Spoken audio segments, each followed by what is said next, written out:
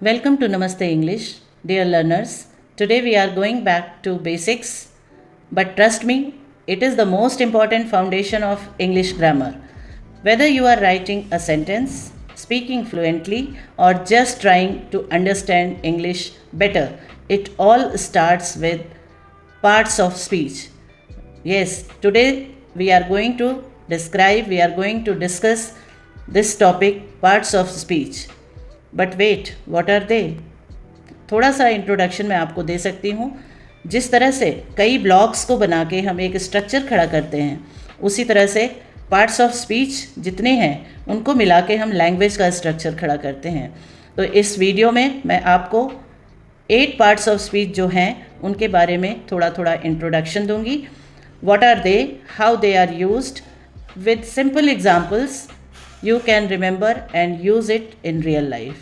So let's begin our journey into the world of parts of speech with confidence and curiosity. So let's learn together step by step. सबसे पहले हमें जानना जरूरी है what are parts of speech. Language is made up of 8 different types of words. Because जैसे मैंने पहले आपको एग्जाम्पल इंट्रोडक्टरी पार्ट में दिया कि जिस तरह से ब्लॉक्स को जोड़ के हम एक स्ट्रक्चर तैयार करते हैं, उसी तरह जो 8 पार्ट्स ऑफ स्पीच है, जब हम उनको अरेंज करके प्रॉपर वे में रखते हैं तो लैंग्वेज का स्ट्रक्चर बनता है. Each part of speech has a unique role in communication. और ये सारे जो 8 पार्ट्स ऑफ स्पीच हैं इनके अपने अलग अलग रोल हैं, अलग अलग इनकी जॉब है. Understanding these helps you become a better writer and communicator. अगर आपने इन्हें समझ लिया तो आप एक अच्छे राइटर, एक अच्छे कम्युनिकेटर बन सकते हैं इंग्लिश में. Think of them like the ingredients in a recipe of language.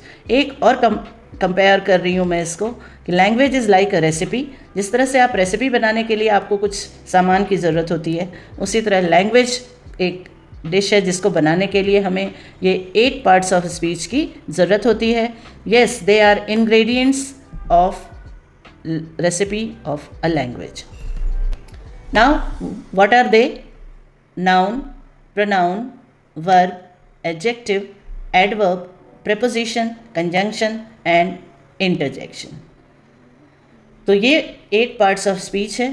Hindi में भी ये पाए जाते हैं, उनको अलग अलग नामों से जाना जाता है. जैसे नाउन है अपना संज्ञा, प्रोनाउन सर्वनाम, वर्ब क्रिया, एडजेक्टिव विशेषण, एडवर्ब क्रिया विशेषण, एंड प्रेपोजिशन जो है वो आपका संबंध बनाने वाला है. कंजंक्शन जो है वो जोड़ने के लिए यूज़ किया जाता है. इंटरजेक्शन जो है विस्मय, कोई एक्सप्रेशन चाहे वो किसी भी तरह का हो, खुशी का हो, सैड का हो, सैड अगर आप होते हो तो भी आप एक्सप्रेस करते हो कुछ वर्ड से, और सरप्राइज्ड होते हो तो भी आपके मुंह से कोई ना कोई वर्ड निकलता है. तो ये सारे इंटरजेक्शन में आते हैं. अब थोड़ा थोड़ा इंट्रोडक्शन मैं आपको दूंगी, लेकिन इसके बाद इनके भी डिटेल्स अलग अलग वीडियोस में ले आऊँगी आपके सामने. अभी केवल इंट्रोडक्शन. नाउन, संज्ञा, किसी भी वस्तु, हिंदी में आपको अगर बचपन में पढ़ा होगा तो परिभाषा संज्ञा की, किसी वस्तु, स्थान, व्यक्ति के नाम को संज्ञा कहते हैं. तो इसी तरह इंग्लिश में भी है ये name of a person, place और थिंग और एनी क्वालिटी. एनिमल्स, ये सारे आपके उसमें संज्ञा में आते हैं. You can C person, place, animal, thing and quality. ये जब हम डिटेल में पढ़ेंगे तो इसके बारे में आपको और अच्छे से समझ आएगा. यहाँ पे केवल एक स्मॉल इंट्रोडक्शन. एग्जाम्पल देखिए, cat, fireman, house, pencil, Chicago.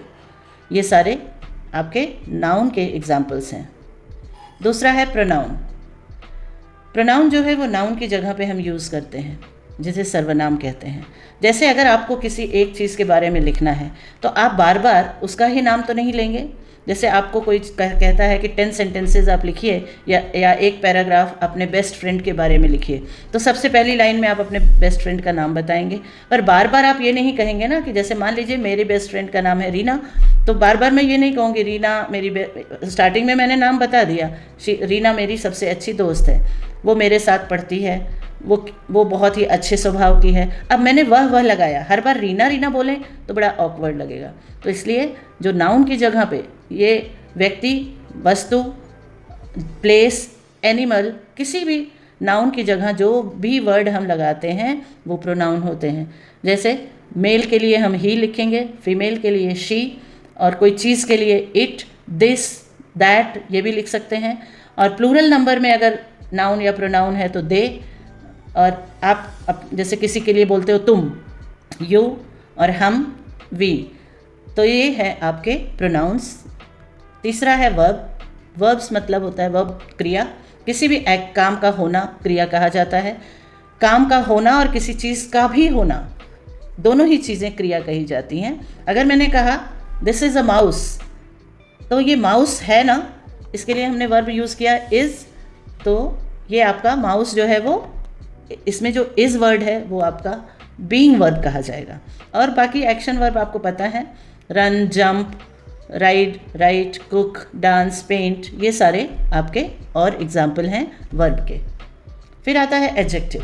Adjective मतलब नाउन प्रोनाउन की विशेषता, जो शब्द बताएं उन्हें हम एडजेक्टिव कहते हैं।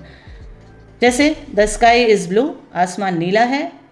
He is happy, he pronoun है, प्रोनाउन को बता रहा है कि वो खुश है। Large, it is very large, it is a large box. Smooth, ये भी आपके किसी भी चीज़ की विशेषता बता रहा है। इसके अलावा आप देख सकते हैं बहुत सारे वर्ड्स हैं जो एडजेक्टिव हैं। आई होप इन सब की मीनिंग आपको पता होगी। मैंने बहुत सिंपल वर्ड्स यूज़ किए हैं। अगला एडवर्ब है, जिसे क्रिया विशेषण कहते हैं। ये क्रिया की विशेषता तो बताता ही है, साथ ही साथ एडजेक्टिव्स की और एडवर्ब की खुद की भी कभी कभी विशेषता को बताएगा। ज़्यादातर जब ये क्रिया की विशेषता बताता है तो इस शब्द में आखिर में एल वाई लगा होता है। तो कहने का मतलब एल वाई से आप पहचान सकते हैं कि ये एडवर्ब है, लेकिन हर बार ये ज़रूरी भी नहीं है। कुछ और वर्ड भी एडवर्ब होते हैं, जैसे वेरी फास्ट, जैसे ही रैन फास्ट। अब सेंस पे देखिए, ठीक है, कैसे दौड़ा वो, फास्ट दौड़ा, तो मतलब दौड़ने की विशेषता बता रहा है। तो ये आपका एडवर्ब हो गया। यहाँ पे एल वाई नहीं है, लेकिन फिर भी ये एडवर्ब वर्ड है। इसी तरह ही रैन क्विकली, वो बहुत जल्दी दौड़ा। यहाँ दौड़ने की विशेषता क्विकली वर्ड ने बताया, ठीक है। तो ये आपका एडवर्ब हो गया। Elegantly, happily, gently, hungrily, lazily, loudly. तो जितना ज़्यादा आप प्रयोग करेंगे उतनी आपकी वोकैबुलरी बढ़ेगी। You will come across many more examples of adverb. अब आता है प्रेपोजिशन। सबसे पहले जो संबंध को बताता है, for example I have kept this on the table. Table पे मैंने माउस रखा है, तो मैं बोलूँगी the mouse is on the table. तो टेबल और माउस के बीच जो रिलेशन ला रहा है वर्ड, वो है ऑन। तो ऑन जो है वो प्रेपोजिशन है। तो ये जो है रिलेशन वाले वर्ड्स होते हैं, इन, ऑन, अंडर, ओवर, बिलो, ऐसे बहुत सारे जो वर्ड आप देखेंगे। जितना ज़्यादा आप यूज़ करेंगे उतनी ज़्यादा वोकैबुलरी होगी। You will know more examples about preposition. Then we have conjunction.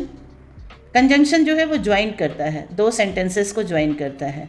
जैसे I failed in exam because I did not work hard. दो सेंटेंस हैं, I failed in exam, I did not work hard. अब इनको connect कर रहे हैं हम because से। उसी तरह से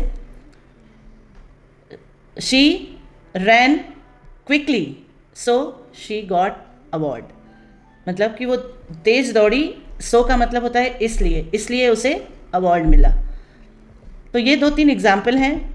और जो कंजंक्शन वाले वर्ड्स हैं, but, and, then, when, so, because, many more are there. ये these are few basic words जो बहुत ज़्यादा यूज़ किए जाते हैं, तो इसलिए मैंने इनके एग्जाम्पल दिए हैं। और नेक्स्ट जो 8th पार्ट ऑफ स्पीच है वो है इंटरजेक्शन। मतलब कि इसमें कोई स्ट्रॉन्ग इमोशन हम एक्सप्रेस करते हैं किसी वर्ड के द्वारा, एंड वो वर्ड एक कंप्लीट सेंटेंस भी हो जाता है। जैसे वाओ, कोई चीज़ आपने अच्छा देखा, एक्सप्रेस कर दिया वाओ बोल के। या जब आप गिरते हो तो आप आउच इस तरह से बोलते हो, या कोई चीज़ से ओ माय गॉड, OMG। आजकल तो इस तरह के OMG बोलने का ट्रेंड हो गया है। ओ नो, ऊप्स, ये सब आपके इंटरजेक्शन के एग्जाम्पल्स हैं। नाउ एक और सवाल आपके मन में आता होगा कि why parts of speech matter, why are they so important? Because they help us to communicate clearly, they allow us to create complex and interesting sentences. इनके माध्यम से हम अच्छे और इंटरेस्टिंग सेंटेंसेस बनाते हैं। They provide structure to our language. इसके बारे में मैं बता चुकी हूँ कि जिस तरह से ब्लॉक्स को मिला के एक स्ट्रक्चर तैयार किया जाता है, इसी तरह लैंग्वेज का स्ट्रक्चर तैयार करने में पार्ट्स ऑफ स्पीच का बहुत बड़ा रोल होता है। Understanding them make you better communicator. अगर आप इन्हें सही तरीके से यूज़ करेंगे तो definitely you will be very effective communicator. Practice identifying parts of speech in daily routine. So it is my request, my suggestion to all of you, practice कीजिए parts of speech को पहचानने की, समझने की, जब भी आप कुछ रीडिंग करते हैं। तो नाउ एक चैलेंज भी है आपके लिए। Take a paragraph from any favourite book, जो भी आपकी पसंदीदा बुक हो इंग्लिश में, वहाँ से एक पैराग्राफ लीजिए और उसमें देखिए कितने पार्ट्स ऑफ स्पीच यूज़ किए गए हैं, उनकी एक लिस्ट बना सकते हैं। To self assessment, because for assessing yourself कि आपको समझ में आया या नहीं, आप बना के इसको आप कमेंट कर सकते हैं, तो मैं उसे बताऊंगी कि सही है या गलत। See you can see how many you can correctly identify, कितने सही आप आइडेंटिफाई कर सकते हैं। ये सेल्फ असेसमेंट करना बहुत ज़रूरी है। So have fun exploring language. So now you know that 8 parts of speech are like the secret ingredients of every English learners. Remember, learning grammar doesn't have to be boring. With a little practice every day, you will get better and stronger. So thank you for joining Namaste English, and if you found this video helpful, don't forget to like, share and subscribe, and hit the bell icon so that you never miss a lesson.